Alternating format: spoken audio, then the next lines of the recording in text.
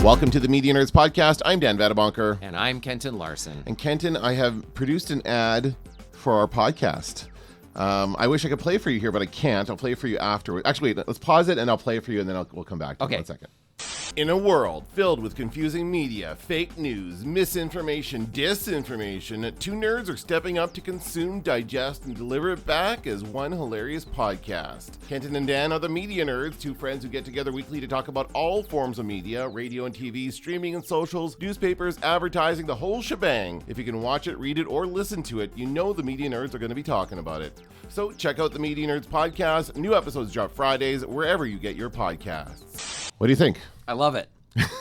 I was laughing all the way through. You're I crying. like how you summarized what it is that we do here. Yeah, well, and you hit the key thing: two friends getting together. Yeah. Every week, and I love it. And you didn't include me in the creative, which I love. That's my favorite. Is thing. it really? It's I wasn't sure if you were going to be okay with that. Oh no, I know. My favorite thing, like sometimes students will email me and go, "We're using your voice for AI, and you can call a number and it's your voice, Kenton. Is that okay?" I'm like, "Do I need to do anything?" And they go, "No." And I'm like, "Good, yeah, that sounds fine. Fine. Yeah. Do it. Go ahead. Give my do what you regards want. to my AI voice. I don't know. Use it. In fact, I said use it for good and never evil. That was a real email. Well, speaking of students, that's why I did this, actually. I did this as a demonstration for our students because I thought today, I had a bit of a window today in class to have them do something and just to test where they're at production-wise because I want them to see how they can use their skills. Not just skills they've learned in my class, but skills they've learned in your class because they've done a couple of ads now for your class, for your advertising class. So I had them in class, they produce a podcast promo for the podcast of their choice. So they've been listening to podcasts all semester. They can basically choose anything they want and create a 30-second ad for it. So I just was showing them how easy it is to make an ad. You just read a script, write a script, read a script, add some music, and that's an ad. It's the strength of audio. It is. Get it on the air. It's not expensive. Like later today, people will be listening to this thing. That's the power of that medium. Yeah, absolutely. Yeah. And it doesn't have to be, I mean, I'm sure you guys talk about like all kinds of different types of ads and formats and that kind of stuff, but the straight read is still the most popular, the most used format.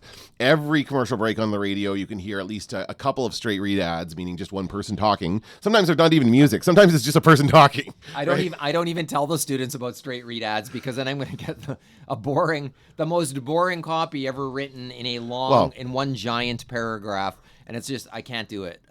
So I lie. No, I don't lie. The client actually prefers executions where there's more than one voice and sound effects and et cetera. Yeah. So I legitimately say that. But I lie in the sense that I leave out the fact that there is such a thing as a straight read ad, just because I don't want them to go there in their first. That's a good idea because really it is kind of low hanging fruit and it's the first thing people think of doing. Like it's like, oh, I'm just going to talk for how like 30 seconds and then whatever. Sometimes not even 30 seconds. But yeah, I think that. Sometimes you have to do that. So so I'm not dissing that. No. I'm just saying if you actually have time and the budget or whatever and. Then that's what you should do. You should do something creative. They'll be creating much more complicated ads by the end of the semester, I assure you. But I actually want to talk to you this week about streaming services, music streaming services this time around. I got to get my phone out. Oh, they bring my phone? Yeah, because I got to talk about a couple different services on here. Now, first, we'll start by talking about, you're a huge music fan. You love music. You you buy CDs still. Now, where do you buy your CDs? I haven't bought that many recently, but I do still buy them. And this week I went to Into the Music. There's one day a week when I get off the bus with half an hour to spare. Ooh. And if the bus plays ball and I arrive on time, then I go there. And so I looked with great vigor for something, records and CDs, and I didn't find anything. But I've been finding quite a bit at Grant Park in Entertainment Exchange. Yeah, Is that's that a great it's called? store. Yeah, they've got some DVDs there too. The They've got owner's some good great. movies. Yeah. He's great. He knows tons about music, and we laugh about stuff. Sometimes I buy cheesy albums just because I don't have it in my collection. He's like, or he'll go, "You don't have this already?" Like when I'll buy an old Ringo Starr or something, and he'll go, "You don't have this?" I go, I still have some blanks in Ringo Starr and George Harrison, but I'm not always in the mood for that, so I got to be in the right mood. Just like high fidelity, right? You're having those conversations around music. Yeah, it's a bit like that. That's interesting. And he makes, and he will often say, like when I ask him about stuff that he's got in or whatever, and he usually answers with, "Are you kidding? This mall has got the oldest clientele that you'll ever see." And that he's like, sell me your Frank Sinatras and your whatever, because it's not by any means. It's not like the place the hipsters hang out. Well, yeah, and I was going to say, like, that's probably why he's so successful in that mall, is because it is very much a boomer mall. Like, a lot of boomers go in there, and they're still buying physical media, but the kids aren't. The kids are more streaming. Although you do see, like, it's actually fun. You go in there on a Friday, and some people still don't have streaming, still don't have Netflix or whatever, and you will see like young people and families and kids, indeed kids, who probably their parents won't let them go online or whatever, won't buy them Netflix or something, and they are buying cheap DVDs to watch at home on a Friday night. Nice. And now buying a DVD is as cheap as it used to be to rent one. Pretty so much. They're basically doing that. They're just buying a DVD to watch at home together. Yeah, I use DVD. Usually goes for about less than $5 anyway, for the most part, in my experience. But I wanted to talk a little bit more about the streaming music services like Spotify, because that is really, I think it is the main culprit in the death of radio. If we were talking about like the death of traditional terrestrial radio, listening to the music in your car on the way to work, that is being taken over by Spotify, by streaming music. No, maybe Apple Music for those iPhone users. Yeah, that seems to be just as popular as Spotify for the Apple products. But there's a few other ones, and I think it's really interesting because I was talking to our radio friend or special radio friend about this, and I thought it might be interesting if a local radio brand created its own streaming service. So instead of just having a radio station like broadcasting music, playing this like playlist, and someone coming on every once in a while and talking, and then commercials, you actually have it set up so people can play their own music and set up their own playlists on the app. But there's also a stream that people can listen to as well. But it's making the station more into a streaming service, not into a radio station. You know what I mean? Does that make sense? Yeah. What do you think of that idea? Tell me more about it. Like how would it? I need to know more. I need more information. That's let me what tell you- I like about these podcasts. Is you'll drop something on me and I'm like, gee, I've never thought about that. And as my blank answer shows you, I think I need. Tell me more about it. Like how? Let me tell you this. Let me How show would you? you. So I turn on the radio. What do I hear? Well, you don't hear anything. The problem is people don't want to turn on the radio. The problem Right. is people are not going to the radio anymore for their music. It used to be a legitimate alternative for people who didn't want to buy music but still wanted to listen to music. You turn on the radio, you can hear some music that you like. But now people, if they want to listen to music, they're using streaming services. They're using Spotify. Yeah. They're not, and that continues in the car because their phone connects to their stereo sure. and it just boom, it disconnects and they just keep streaming. So there's not even the option to turn on the radio in the car anymore, right? So so that's the problem. People don't want to go to the radio. So the radio station, I think, has to change its product. People don't like the product of the stream. Yep. Of the unmovable stream. You can't control this playlist. It is set. Now, people used to like that. And some people probably still do like the randomness of it, right? But Spotify can do that too. Spotify can create a streaming service or a playlist that's random as well. But let me tell you about some of the apps that some of the other radio companies. Oh, what? Oh no. So I was gonna say but that's what you're about to do. I was gonna say, so what's the application? So I'm still trying to think of how that application would work, but you have some apps that I'm going to show you what they're trying to do here. I suppose I stream BBC sometimes. That's a talk. Is it talk? News? It's all different kinds of things. Is it music too? Yeah. I don't think I've ever listened to the BBC. I should do that. Oh, it's great. I'm sure it is. You're Excellent. like, oh my God, they play this on the like music and stuff that we just don't hear. Interesting. Here at all. Okay, yeah. that's cool. So it is. Yeah, it is. But Well, that's very cool. But that's not really what I'm talking about here, because there are lots of apps that you can listen to streaming radio stations from around the world, right? That's that. And so one app that I have here is the iHeartRadio app. Have you used this before? I know of it, and I think I had it at one point on an older iteration, I think. Oh, look, it starts playing as soon as I open the app. That's kind of annoying. I don't like that. The autoplay? Oh, they're playing Duran Duran. As soon as I turn it on. Yeah, and it's playing Duran Duran because I was listening to an 80s playlist. Oh, very good. But I still don't like it because it's still a playlist that is, I can tell it's been set. Like, okay, they have people, they have personalities who, here's my 80s playlist. Here's like best songs from 80s movies, which I thought was really good. Actually, it's not good. It's like a lot of like easy listening songs and stuff like that. I didn't like it very much. I also don't like that between every song on this, like they have this iHeart 80s channel, which is all 80s songs. Pretty, like, I would say pretty mainstream 80s songs. Like there's a certain amount of songs that you just know, like that Duran Duran song, like Hungry Like a Wolf is played all over the place. So it's a lot of music like that. Yeah. And there's a splitter between every single song. Like, so it goes song, you're listening to iHeart 80s. Song, you're listening to iHeart, or it's a different version of that. Like every single song, it's so annoying. And there is no option to make your own playlist, but I can search up like a specific band. If I want to search up AC/DC, it shows me all the songs. Oh, now it's going to play an ad. That's the other thing. It says ads keep iHeart free. But I'm thinking maybe it shouldn't. No, it's just going to play AC/DC. But I'm thinking maybe it shouldn't be free. Maybe doing, if a radio station was to create a streaming service like Spotify, they could sell subscriptions and people could subscribe to this streaming service. But I don't think they'd pay for it. You don't think so? I think it's the same problem. I don't think they'd pay for it. I think, like, I've heard people sometimes say that what they would pay for is like one central location. So like every piece of Winnipeg media got together and had a single, like the Free Press, the radio, but it'll never happen. No, and they'll never work together. But I don't think that's what radio's trying to do with his iHeart Radio app, because this thing has every radio station. Before they had the Radio Player app. Do you remember that thing? Yeah. That's gone now. That's defunct. Yeah. Nobody's using it anymore. And part of the reason for that is because Bell Media wouldn't get on board with it. Bell Media had iHeart Radio, and they were going with that, so they did not participate in the Radio Player Canada. So now all the other radio stations are coming over, so I can listen to most radio stations on that app. But the other problem is they have. In this app, they also have a section for podcasts. Mm-hmm. So they're trying to be like the all listen in one place kind of app, like Spotify is, because I can listen to all my podcasts on Spotify and whatever music.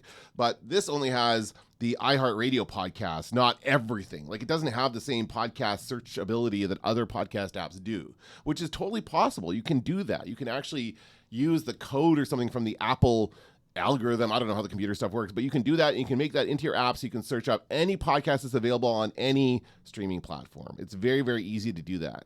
So this is just something I think they should look at as far as like creating a desirable product. Like nobody wants to listen to the radio. I don't think anything's going to convince people to go back to the radio stream. I don't think people want to listen to that product anymore. Well, I don't know. What do you think? That's a very good point. Is what you're saying in terms of what you would do then for local radio? Is it the is it the equivalent of I watch CNN live and see the hurricane stuff? Mm-hmm. They're broadcasting live. Then later in the day, I've got my YouTube recommendations, and one of them is an 8-minute clip of them doing the hurricane forecast. Is that what you're saying? No. You're talking about video stuff. But I'm saying, is that the equivalent for audio? Like so basically the app you could stream it live, or you could choose, yes.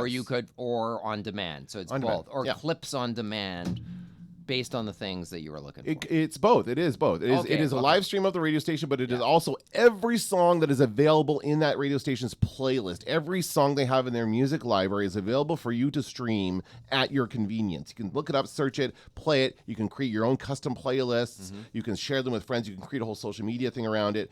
And I think that there's an opportunity to create another product here, because Spotify has kind of dominated the non-Apple side of it. Like there's so many people who use Spotify, but it's really freaking annoying. Like Spotify can be very, very annoying. They're always trying to push you to premium. That's what Spotify's main thing is, trying to push people to premium, because people will pay for that. Right. That's a service people will pay for. A lot of our students use their parents' plans, but they have like a shared plan, right? Most people do that. But I think that there is like if there's a QX104 app where for country music listeners in Winnipeg, people who love that radio station, people who know that brand because they live here in Winnipeg and they've grown up with that brand, that radio station, I think they could listen to a streaming service that has that same branding on it. I think they could very well listen to that, and maybe even I'd listen to it if I knew I could find my local news in a hurry. I don't think anyone would pay for it. I think that's the problem. But advertisers would pay to be there, but then you have the same problem. And well, no, because it forces them to break it, because they still have ads every once in a while, like they do it, but they would break the format. So there's no more 3-minute ad breaks. It's 1 or 2 at a time, and that's it. And you could place it in all kinds of different places. You could also have your personality still come in and talk between songs if you wanted. You could have people if they could turn that off. I bet you lots of people would love to be able to turn that option off. on the radio. They don't like the DJs. They just want music, right? So when I listen to the radio now, I'm sort of charmed by the throwback of it all. But to me, it's a throwback. To somebody who didn't grow up with that, it's no throwback. It's just irritating. Okay. But what I like about local radio is the local people on it. That's to me what makes it different. That's to me why and even the local ad reads, and even that's going away though. That's less and less. We don't have any of that because these big giant companies that own all these stations are cutting. I believe Pattison, I think it's now radio. I believe now exclamation mark radio 94.3. They are now going to have a morning show only as far as local, live on air, just the morning show. Everything else is going to be voice tracked. Yeah. Right? That's not live and local. That's like, it'll all be AI before you know. Well, that's the other thing. Everyone's assuming it's going to go AI. Now, I've seen some stuff in AI. I've looked into that. I saw there's one company that's selling a product that basically is meant to replace a radio station, and it does a good job. It sounds just like Bob 99.9 or whatever that is. You know what I mean? It sounds like that kind of a station. AI is getting better, and it's at the point where it is hard to tell. There's still some YouTube videos using AI, and it's obvious when they're using AI. It sounds almost it's polished, but there's still a stop-start kind of nature to it. It doesn't sound human, but it will sound human. By the way, I bought the album by Caribou last week, formerly Manitoba, and he got sued by Handsome Dick Manitoba, so he changed.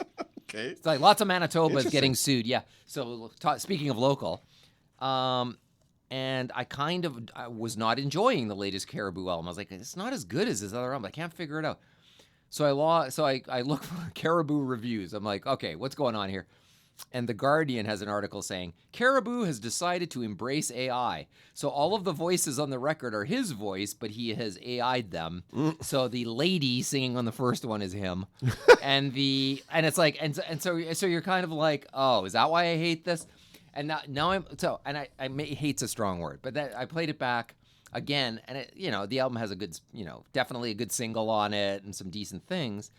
But it's kind of like, I think this album's going to seem dated in 6 months, let alone in 6 years. That's right. That's what happens when you use AI. Right? Yeah. So I think, I don't like AI as a replacement for thinking and living human beings. But in a pinch, I think, and it's cheap.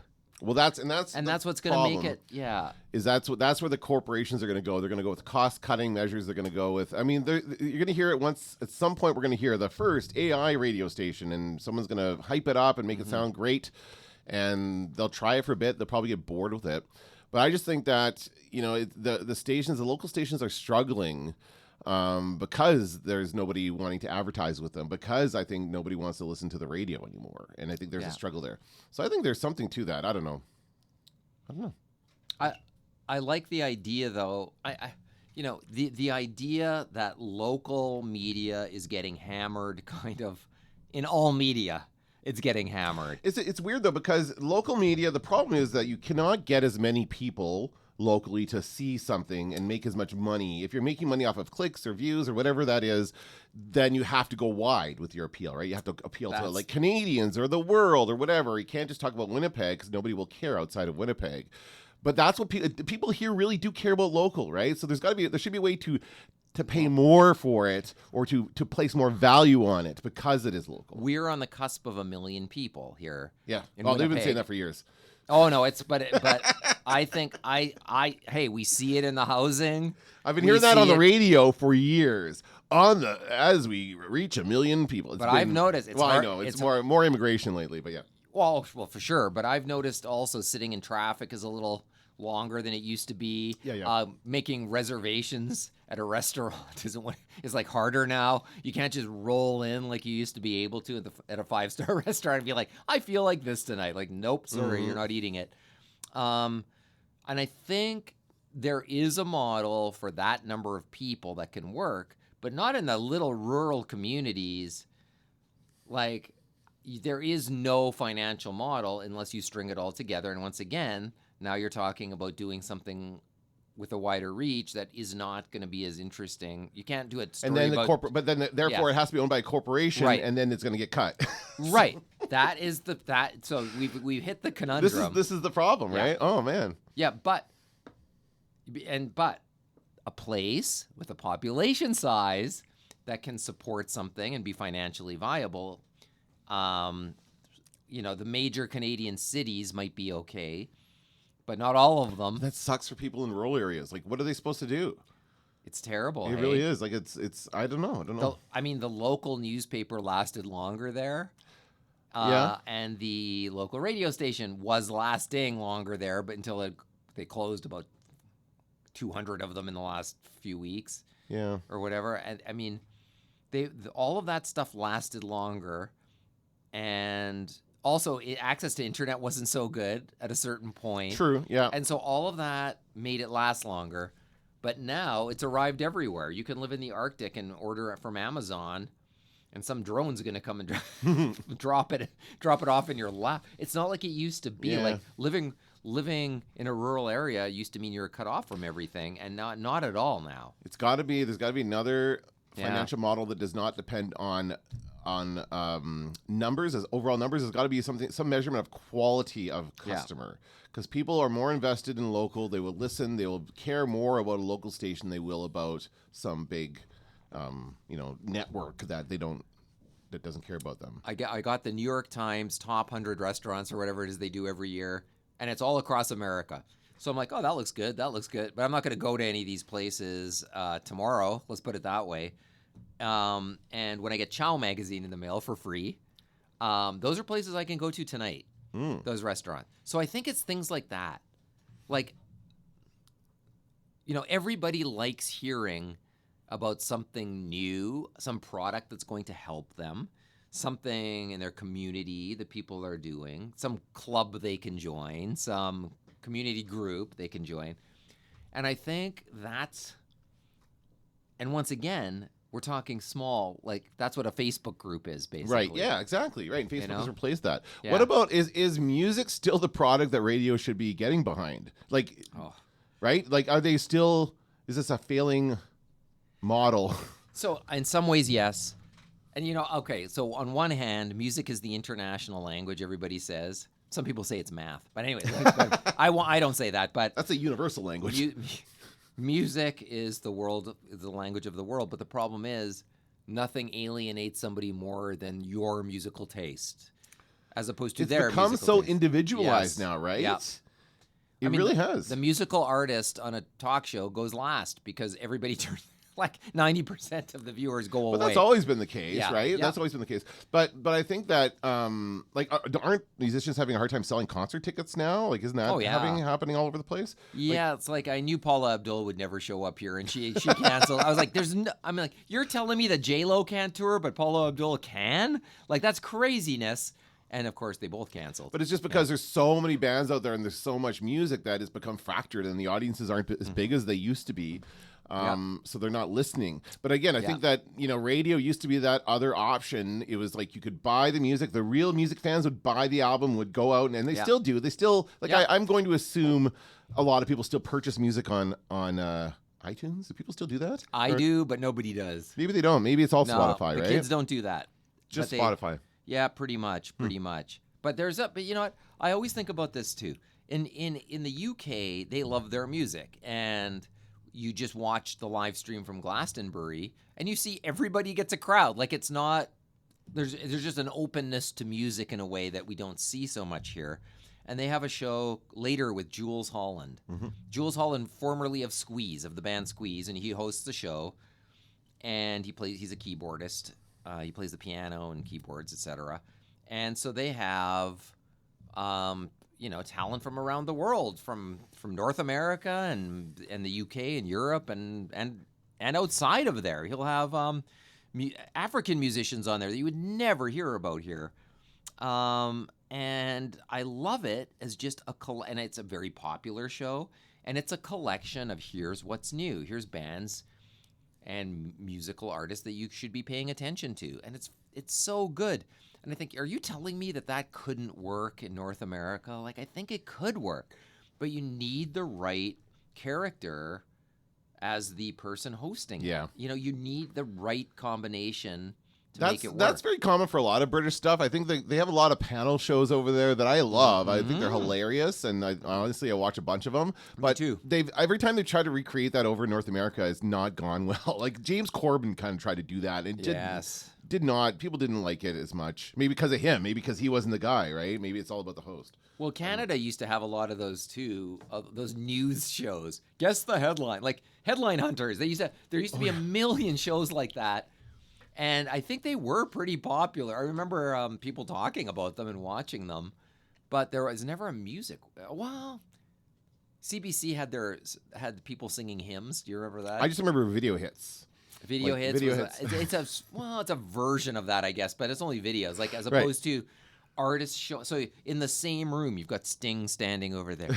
You got Taylor Swift standing over there. You got somebody nobody's heard of standing over there. And then they all get a chance to play. And one of the great pleasures is that you see like some artist no one's heard of playing, and then they cut to Sting, who's bopping to the music, like, "Hey, this is cool. I like this music." Mm-hmm. Like there's something about that. There's a studio audience who's watching it happen at the same time. They keep things moving.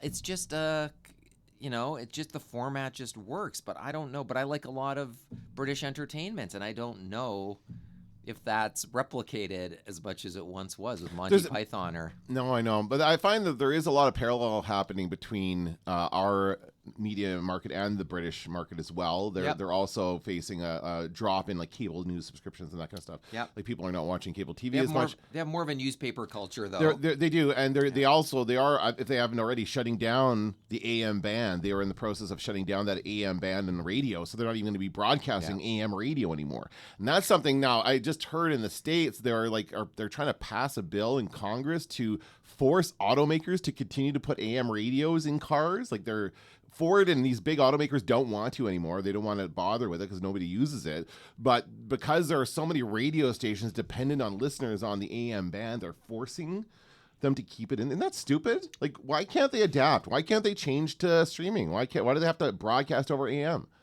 I think you got like me. FM is better than AM. What is the reason? I don't know. FM. I mean, I know that the FM band is crowded, but that's okay. There shouldn't be that many radio stations anyway, right? There's a reason for that. And if not, they can just stream it. I don't understand that idea at all, right? It's just like they're stuck in the past and they cannot get behind whatever's coming next. See, even when I play CJOB for the class, which I didn't have time to do this year, but normally I will do that, and it's just more convenient. So I click that the play button that's hidden at the top of the screen. Yeah, it's like, not very well. Yeah, no. You have to, it's like 3 clicks to find that play button or something. And we'll play it, and it's a little behind or something. But, you'll play it live, but it's almost hidden, and it's like I would like to just be able to, and you could actually have a stream with the local ads for people who want to hear what the deals are and stuff. Like, I don't know.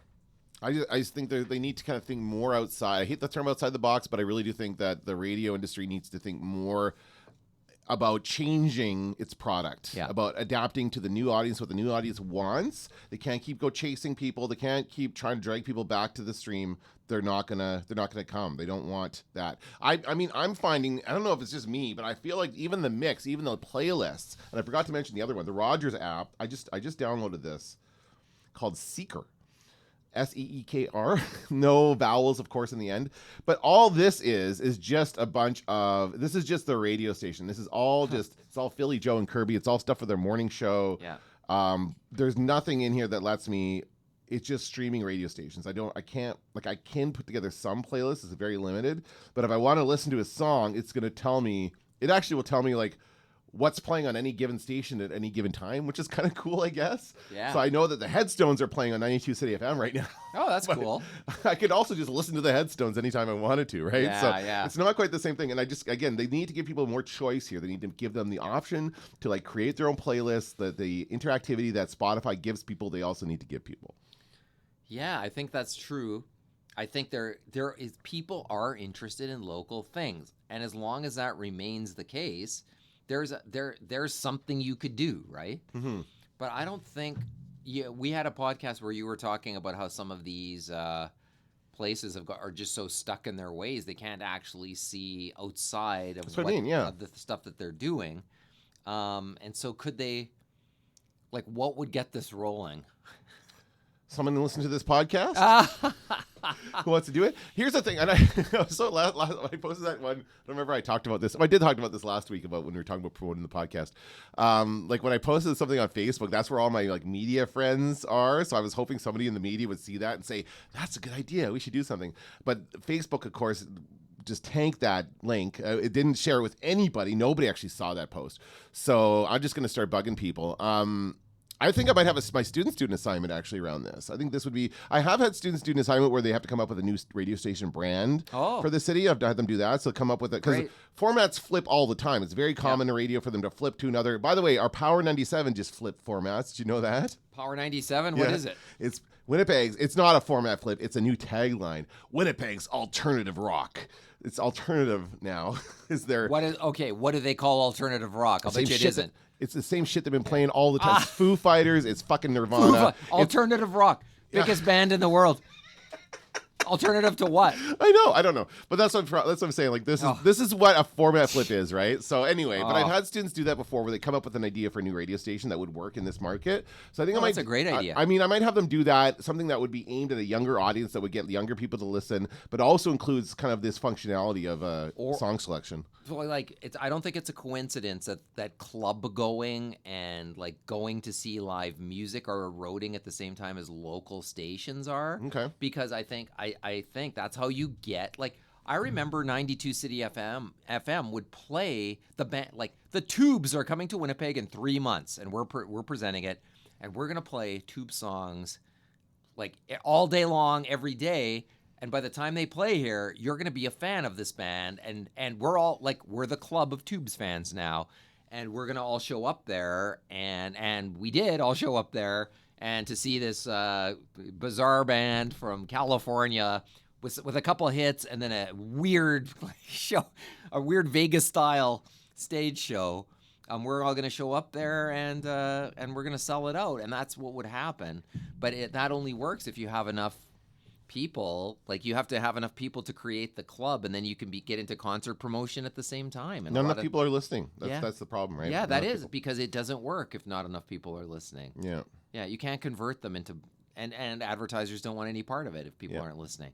You can always get local advertisers to advertise on local media though, and sometimes even as just a way to support your station. You just don't charge them very much.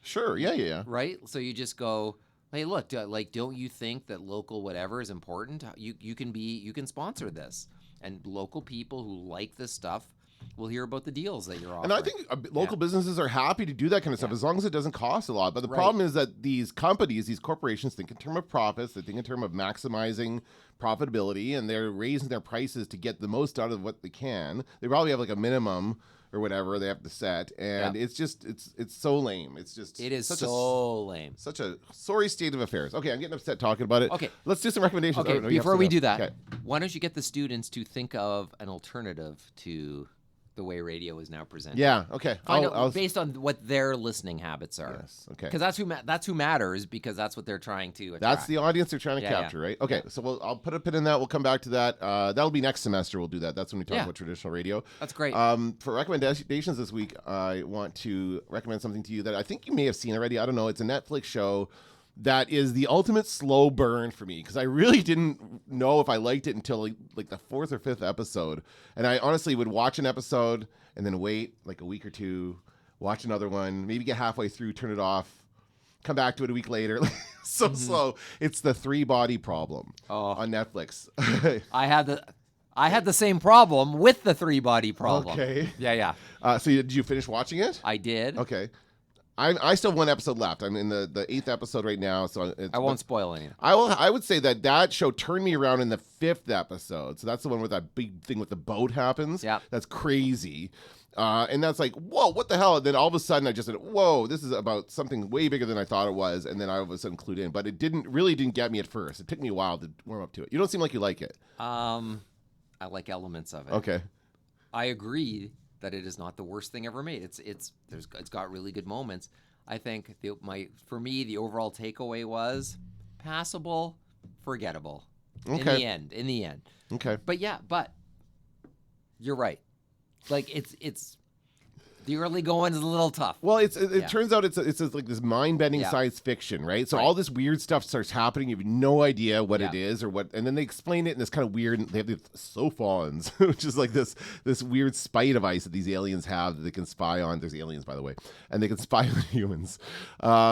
So there's some details of it. I thought some of the acting was excellent. They got that one guy who's Wong in the Doctor Strange movies. That guy's awesome.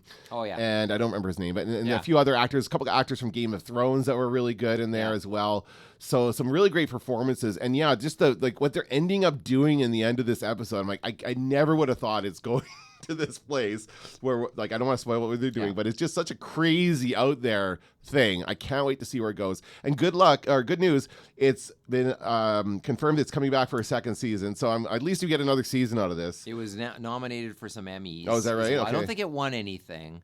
But I was actually surprised because, this year's Emmys were like, oh my God, the great shows that were nominated there's so many great shows now that it's almost impossible to predict what's going to happen. So I was just surprised to see it as a nominee, to tell you the truth, because there's so much great stuff to choose from. Well, anyway, that's what I guess recommending it to anybody else out there. I haven't said anything about it because I don't want to spoil it. I can't remember what happens in what episode, so I'm just that's shutting fine. up about it. But you thought it was okay. It's okay. What's your recommendation for this week? Is mine just okay? It might just be okay, but I'm going to tell you what it is. I don't know that it's a recommendation. I'm watching season 1 of a show I never watched on HBO before. It's called Industry. Okay. About a British financial trading firm. And everybody to a person says the show gets better and better and better. And I think there's 3 seasons of it. So I started with season 1, and I have to say, like, the stuff on the financial floor is pretty interesting. I'm like, where's this going? However, there's also, the show feels the need to, like, it's half financial and half people having sex. And so you're like, okay, all right, so this is an HBO show, right? So there's some sex in here. But it pushes it to the point where you're like, why is this in here? Is this pushing the plot forward? Is this, like, are we learning anything here? And you sort of get to the point where you're like, I think whatever, okay, I get it. They're working in a high-stress industry, but you do get to the point. And it does occasionally, like, they do stuff that you're like, oh, that's gross. Like, it's gross. You know what I mean? Okay. Like, you're watching, you're not like, wow, is this ever thrilling? It's more like, that is just yucky. Okay. What they're implying there, or whatever it is. Right. So, I'm at the end of season 1, and it's like, I probably wouldn't keep watching. I think there's good stuff, to be sure. There was an episode where I was like, this is really good. And then there was another one where I was like, I don't think I can watch this. Then there was another one, okay, it's getting better again.